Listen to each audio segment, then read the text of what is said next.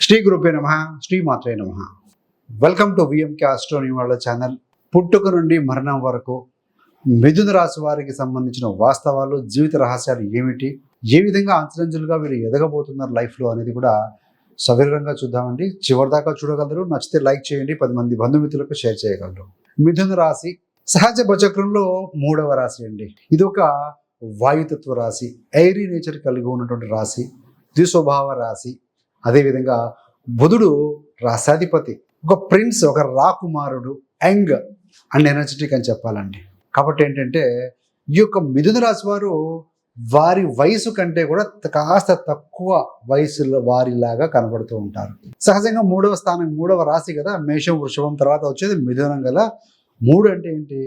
ధైర్య పరాక్రమాలు, శౌర్యము, నేబర్స్తో మంచిగా ఉండటం, ఇరుగు పొరుగు వాళ్ళతో బాగా మాట్లాడడం, ఇవన్నీ కూడా కలిగి ఉంటారండి. ఒకవేళ బుధుడు కనుక బాగా బలహీనంగా ఉంటే మనం చెప్పుకున్న లక్షణాలు కాస్త తక్కువగా ఉంటాయి.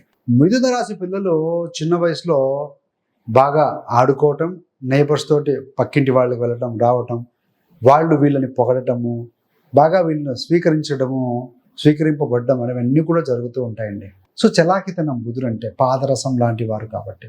అదేవిధంగా వీరికి ఉన్న కాస్త నెగిటివ్ థింగ్ ఏంటంటే ఓవర్ థింకింగ్. ద్విస్వభావ రాశి కదా, డ్యూయల్ సైన్ కదా, ప్రతి దాన్ని కూడా 2 కోణాల్లో, విభిన్న కోణాలు ఆలోచిస్తూ ఉంటారు. రొటీన్ వీరికి నచ్చదండి. రొటీన్ థింగ్స్, రొటీన్ పనులు, రొటీన్గా చేసే వ్యవహారం, రొటీన్ ఫుడ్ ఏదైనా సరే బోల్గా ఫీల్ అవుతారు. కొత్తదనం ఉండాలి వీరికి, మిథున రాశి వారికి. 10 మందిలో కనుక ఈ మిథున రాశి వారిని కూర్చోబెడితే ఈజీగా గుర్తుపట్టవచ్చండి. కమ్యూనికేటివ్గా ఉంటారు, మాట్లాడుతూ ఉంటారు.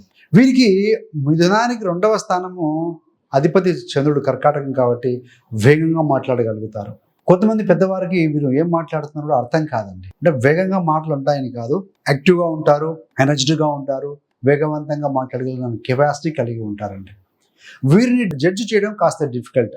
అంటే they are very difficult persons to judge. ఈజీగా అర్థం చేసుకోవడం కష్టం. 3వ స్థానాధిపతి రవి అవుతారు. ఏదైనా కూడా ఎనర్జీతో చేస్తారండి. 3 అంటే ఏంటి? ధైర్యం, పరాక్రమం. మిథునం నుండి 3వ స్థానం రవి సింహం అవుతుంది కాబట్టి ఎనర్జీతో పనిచేస్తారు. కాకపోతే వీళ్ళు వయసు పెరిగే కొద్దీ కాస్త ఇంట్రావర్ట్గా, కాస్త మూడీగా ఉంటారండి. సో అప్ టు 50-55 వరకు కూడా చాలా ఎనర్జెటిక్గా ఉంటారు. తర్వాత ఏజ్ పెరిగే కొద్దీ కొంచెం ఇంట్రావర్ట్గా, మూడీగా ఉంటారు. సో అది కూడా మనం గమనించవచ్చు. మరి విద్య మరియు చిన్నతనంలో ఏ విధంగా, చైల్డ్హుడ్లో ఏ విధంగా ఉంటుంది, వీరి విద్య విషయంలో కూడా ఏ విధంగా ఉంటుందని అంటే, ముఖ్యంగా వీరి చిన్న వయసులో అనుకున్నవన్నీ జరుగుతాయండి. చతుర్థం ఫ్యామిలీ హ్యాపీనెస్ చిన్నతనంలో. కాబట్టి ఏంటంటే 4వ స్థానం కూడా ఆధిపత్యం వహించేది బుధుడే కాబట్టి వీరికి అన్నీ కూడా సమకూరుతాయి. ఈ యొక్క మిథున రాశి పిల్లలు అనుకోండి, వారికి కావాల్సిన టాయిస్ అంటే బొమ్మలు కానీ, సైకిల్ కానీ ఆ వయసులో అన్నీ కూడా సమకూరుతాయి. మంచి వాహనం సమకూరుతుంది. ఇక్కడ ఏంటంటే ఈ యొక్క 5వ స్థానాధిపతి శుక్రుడు కాబట్టి, చతుర్థాధిపతి బుధుడు కాబట్టి, బుధు శుక్రులు 4, 5 ఆధిపత్యం వహిస్తారు కాబట్టి computers, accounts, finance, auditing, interior designing, fashion designing, computer based designing, animation ఇలాంటివి బాగా ఉంటాయండి. వీరికి ఫ్రెండ్స్ కూడా బాగా ఉంటారు. కాకపోతే సో ఈ యొక్క డిగ్రీ స్థాయి నుంచి పీజీకి వచ్చే సమయానికి కొంచెం లెథార్జిక్గా, లేజీగా ఉండే అవకాశం ఉంటుందండి. 5వ స్థానానికి అధిపతి శుక్రుడే, 12 కూడా అధిపతి శుక్రుడే. కాబట్టి కొంతమంది విదేశాలకు, బౌద్ధానికి వెళ్ళి చదువుకోవచ్చు. మరికొంతమంది సో ఉన్న ప్రాంతంలో చదువుతూ ఉంటే కొంచెం లేజీగా ఉండే అవకాశం అయితే ఉంటుంది.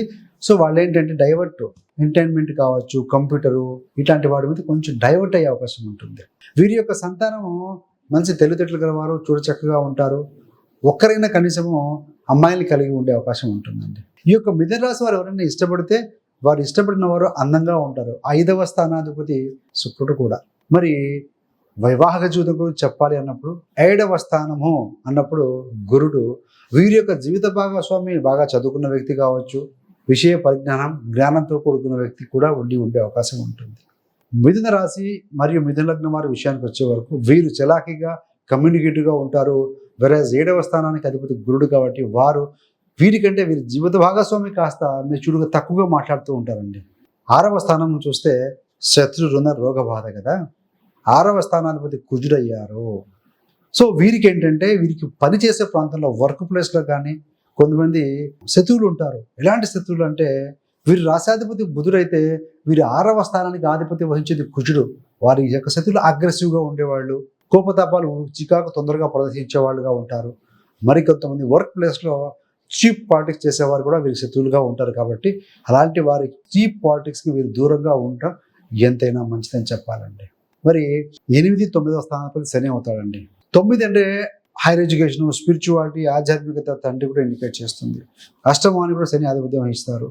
వీరి జాతకంలో శని గారికి కాస్త బలహీనంగా ఉంటే తండ్రి సౌఖ్యం త్వరగా కోల్పోవటమో, లేకుంటే తండ్రి కష్టాలు పడి రావటమో ఇలాంటివి కూడా జరిగే అవకాశం ఉంటుంది. వీరి యొక్క జన్మజాతక చక్రంలో బుధ శని కనుక బలంగా ఉంటే ఆయువు కూడా బాగానే ఉంటుందండి. దీర్ఘాయువు కూడా కలిగి ఉండే అవకాశం చాలా బలంగా ఉంటుంది. వీరి అదృష్టానికి సంబంధించి 9వ స్థానాధిపతి శని అవుతారు. అదృష్టం అనేది కాస్త లేటుగా వస్తుంది, బట్ గ్యారంటీగా ఉంటుంది.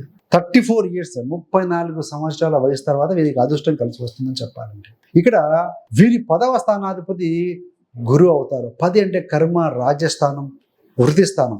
కాబట్టి ఏంటంటే మంచి జడ్జిమెంట్ స్కిల్ కలిగి ఉంటారు, మేనేజ్మెంట్ స్కిల్స్ కలిగి ఉంటారని చెప్పవచ్చండి. ముఖ్యంగా వీరు computer science, business administration, banking, finance మంచి క్యాలిక్యులేషన్స్ కలిగి ఉంటారు, ఆర్గనైజేషన్ స్కిల్స్ కలిగి ఉంటారు, అసెట్స్, ఫైనాన్స్, టాక్సేషన్ ఇలాంటి వాటి విషయాలు అద్భుతంగా రాణించగలుగుతారండి. మరి వీరి యొక్క అగ్రిమెంట్స్ కానీ, బిజినెస్ కానీ, గవర్నమెంట్, ఉన్నతమైన సంస్థలతో డీలింగ్స్ ఉంటాయి. 3వ స్థానము ఈ యొక్క యంగర్ సిబ్లింగ్స్, అదేవిధంగా అగ్రిమెంట్స్ కూడా అవుతాయి. కాబట్టి సో ఒకవేళ కనుక గవర్నమెంట్తో కనుక వీళ్ళు వ్యవహారాలు చేసేవారైతే రవి బలంగా ఉంటే వీరికి గవర్నమెంట్ సంబంధించిన వర్క్స్ కానీ, డీలింగ్స్ కానీ అద్భుతంగా పనిచేస్తే పొలిటికల్ పరిచయాలు కూడా ఉండే అవకాశం అయితే కనబడుతూ ఉంది. మరి ఘాతవారం చూస్తే ఈ యొక్క మిథున రాశి వారికి సోమవారం ఘాతవారం అవుతుంది. సోమవారం ముఖ్యమైన విషయాలు ఏదైనా బిజినెస్ స్టార్ట్ చేయడం కావచ్చు, వ్యాపారం మొదలెట్టడం కావచ్చు, లేకుంటే డబ్బులు ఇవ్వడం కావచ్చు, ఇలాంటి లావాదేవీలు కొంచెం అవాయిడ్ చేస్తే బెటర్ అండి. నక్షత్రాల్లో చూస్తే ఘాత నక్షత్రం స్వాతి నక్షత్రం అవుతుంది. స్వాతి నక్షత్రం వారితో వివాహం కావచ్చు. స్వాతి నక్షత్రం రోజున అతి ముఖ్యమైన పనులు, ధనానికి సంబంధించిన విషయాలు అవాయిడ్ చేస్తే బెటర్ అండి. మిథున రాశి వారికి సంబంధించి సంఖ్యలు 5, 6 అద్భుతంగా పనిచేస్తాయి. Better to avoid number 9.